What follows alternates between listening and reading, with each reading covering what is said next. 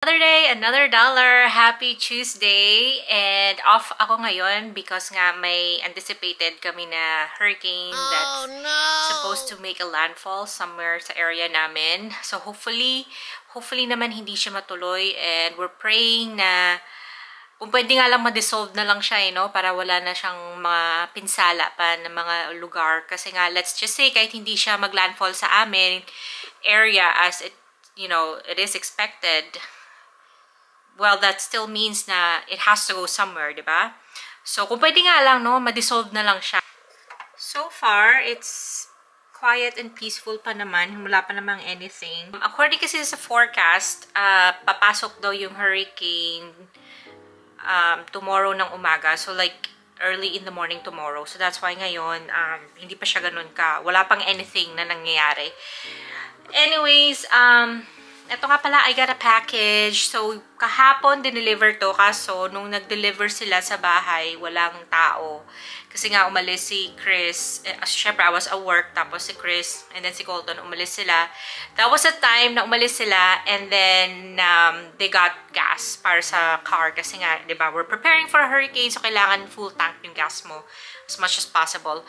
Anyway, so nung dumating yung FedEx kahapon, wala sila dito. Kaya nag-deliver. So nag-second attempt sila ngayon. And good thing that we're here. So, ayun. I'm very excited about this. So, pakita ko sa inyo kung ano to. Diba, meron akong headache. I woke up today with a headache. Kasi late na kaming natulog kagabi. Tapos, hindi ako makatulog. Parang, alam mo yung nakapikit yung mata mo, but you're aware of what's happening around you. Wala akong deep sleep last night. So, I think that's why sumasakit yung ulo ko ngayon.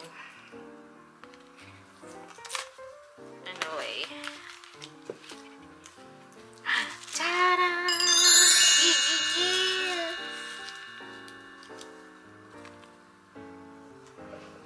Here it is. Wow! Okay, so, ang tagal-tagal ko nang naghahanap ng lion.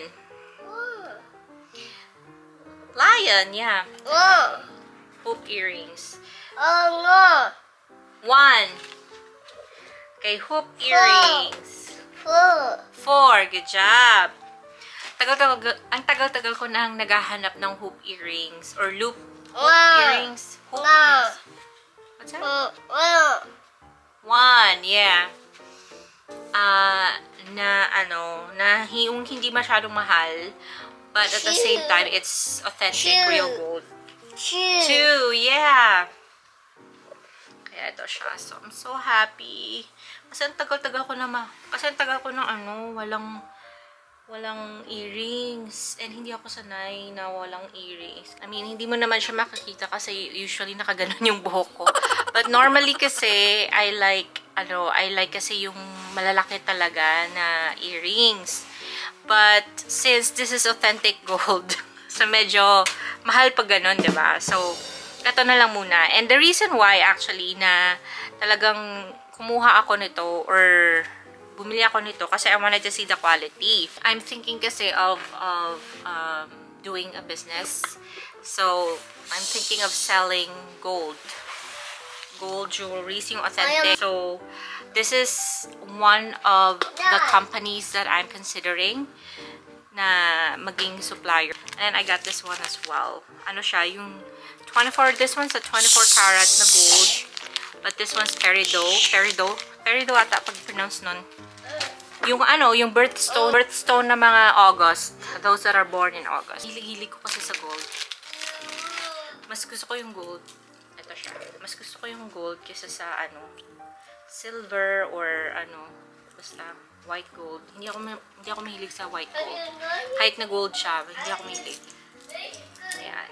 So, ayan. Tsaka green din kasi siya. Parang, diba?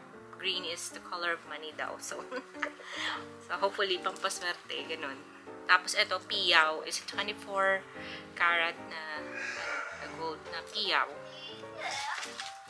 So, yon, happy and satisfied naman ako. I'm trying to really think kung ipupush ko ba yung ganyang negosyo or hindi, or I'm gonna go for something else. Nahirap mga be pag ang dami mong gustong gawin, no? Tapos mag-iisa ka lang and then, syempre, mag-isa ka lang nagagawa nun. Tapos may iba ka pang ginagawa. Like, may pamilya ka, may bahay na asikasuhin, may trabaho ka, may mga side gigs ka pang ibang ginagawa. But at the same time, syempre, gusto mo rin, you know, kung saan ka talaga kikita, no? Ako kasi, dati pa lang kasi ambisyosa na ako. So, talaga, may mga dreams and goals talaga ako na gustong ma-achieve. And, siguro hindi ko pa time, no?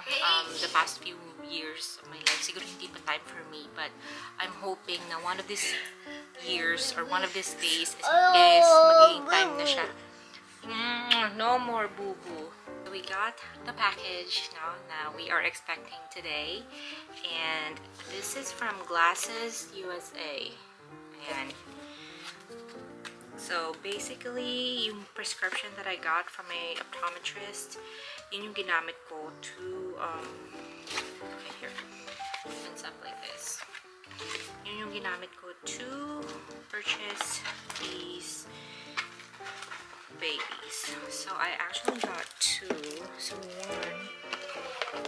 one is just I don't know what this is, but I got two. So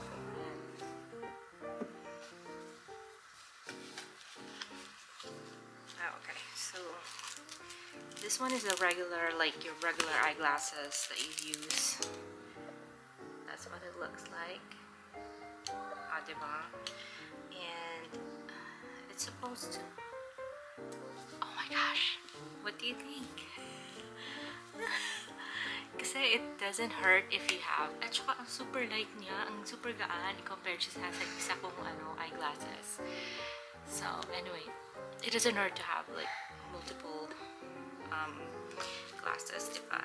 And the other one is this, para naman pag nag-drive ako, kasi I asked kung pwede ko siyang gawing polarized, which meaning is pag nagdadrive ka, it would, like, polarized, pag nagdadrive ka, it would create some sort of a, parang shade ba, para pag, the sunlight would hit your eyeglasses, hindi siya magiging reflective, or hindi siya magiging masakit sa mata mo. So, sabi nila yung ganitong particular model daw, it doesn't have, or they don't provide that service, or they don't provide that.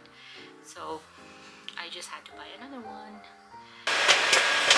Popcorn! Holton's popcorn! Shh! There you go, bud.